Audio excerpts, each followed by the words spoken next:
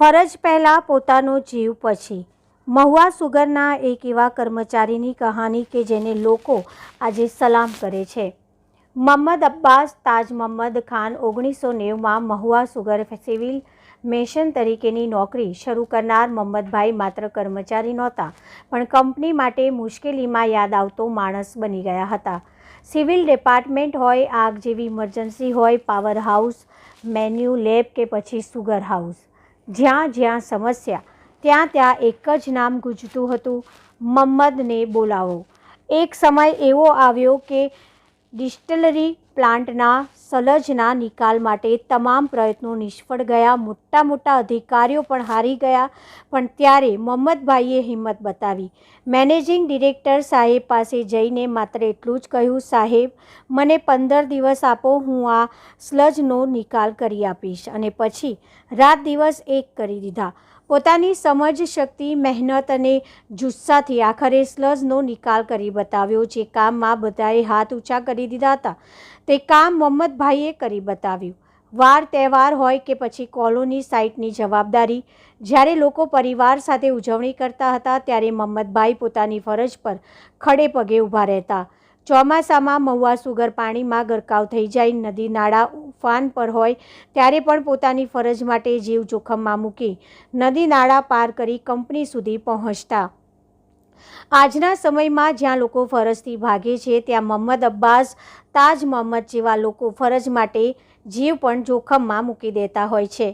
આવા કર્મચારી માત્ર કંપનીની શાન નથી, આજે વિદાય સમારંભ દરમિયાન પોતાના પરિવારની રોજીરોટી આપેલી સંસ્થામાં પોતાના પરિવારની આખરી મુલાકાત કરાવી હતી, પણ સમગ્ર સમાજ માટે પ્રેરણા છે। Bureau chief Hanif Khan, Mahuva.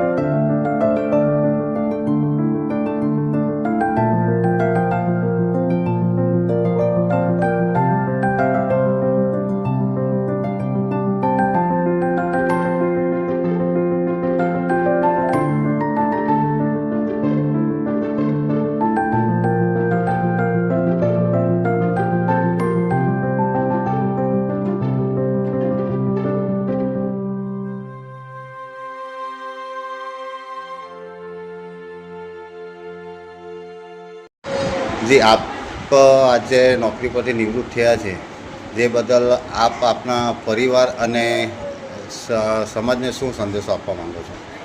પરિવાર અને સમાજને સંદેશો એ આપું છું, જ્યારે હું નોકરી પર લાગ્યો તે સમયે આવવા જવાની તકલીફ પણ એટલી બધી હતી, પગાર ધોરણ પણ એટલા બધા નીચા હતા, ત્યારબાદ અમે ખૂબ જ ચોમાસામાં આવવાની તકલીફ, જરાક બી પાણી વરસાદ વધારે પડે બસો બંધ થઈ જાય, રસ્તા બંધ થઈ જાય, તેવી પરિસ્થિતિમાં પણ અમે નોકરી કરી. હવે તો બાઇકો થઈ ગઈ, બધા પર ફોર વ્હીલ આવી ગઈ, પગાર ધોરણ ઊંચા થયા.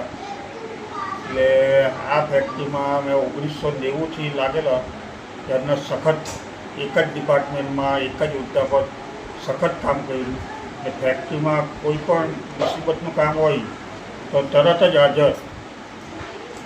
એટલે સાહેબ લોકોને એવું થાય કે ભાઈ અમારો કોઈ કર્મચારી છે અને એ અમારા રૂટમાં કામ કરે છે ફેક્ટરીની હિતમાં. એટલે મને 36 વર્ષ સુધી રોજીરોટી અને મારા મોટું પરિવાર તેને પણ સાથે સાથે હું લઈને ચાલ્યો. ફેક્ટરીને બી એક મારું પરિવાર સમજીને હું આજ 36 વર્ષ સુધી આટલે ફરજ નિભાવી કે આજે હું 1 તારીખે રિટાયર થયો બાદ મારું આ સન્માન રાખવામાં આવ્યું છે. અંદરના ઘણા કર્મચારી મારા કોઈ હિન્દુ મુસલમાન આજ સુધી 36 વર્ષમાં થયું નથી ને થશે પણ નહીં એવી હું અપેક્ષા રાખું છું. બધાનો આભાર માનું છું, ફેક્ટરીનો ઘણો આભાર. કારણ કે 36 વર્ષ સુધી આટલા મોટા પરિવારમાં એક સાથે રહીને એક જ પોસ્ટ પર નોકરી કરી, સખત મહેનત કરીને, અને કોઈ પણ અઘરું કામ હોય ફેક્ટરીનું તો મોહમ્મદભાઈ આવજો તો તરત જ સાહેબ અમે તૈયાર જ છે, તમે ગભરાતા નહીં. એવી અમારી લાગણીથી અમે કામ ફરજ નિભાવેલું છે. જે ફેક્ટરીનો પણ ખૂબ ખૂબ આભાર, અમારા કર્મચારી મિત્રોનો પણ આભાર, અમારા સાહેબ લોકોનો પણ ખૂબ સહકાર મળે, મેનેજિંગ ડિરેક્ટર પણ સહકાર આપે એવી હું આશા રાખું. ને હવે નવી પેઢીઓ જો કામ કરે એવો મહેનતથી કામ કરે અને ફેક્ટરીને હજુ ઘણી આગળ વધારે એવી અપેક્ષા રાખીએ છીએ. તેમાં 36 વર્ષથી જે કામ કરતા મહેસાન મોહમ્મદ અબ્બાસ તાજ મોહમ્મદ ખાન જે આ 1 તારીખથી રિટાયર થઈ રહ્યા છે, એમની જે પ્રશંસનીય કામગીરી છે એ કામગીરીને આપણે બધા બિરદાવીએ છીએ અને એમનું કામ સતત યાદ રહે એ માટે આપણે એને સ્મૃતિ ચિહ્ન રૂપે અમે આકારીએ છીએ. અને આજે એના માટે કાર્યક્રમ રાખવામાં આવ્યો છે. તો એ એમનું અત્યાર પછીનું શેષ આયુષ્ય ખૂબ તંદુરસ્ત રહે, આરોગ્યમાં એમનું આરોગ્ય સારું રહે એવી આપણે ભગવાન પાસે પ્રાર્થના કરીએ. અને એમનું સતત આપણને આ ફેક્ટરીને યાદ રાખતા રહે, આપણને બધાને યાદ રહે અને ભગવાન પણ એમના તંદુરસ્તીની કાળજી રાખે એવું આપણે આ પ્રસંગે આશા રાખીએ.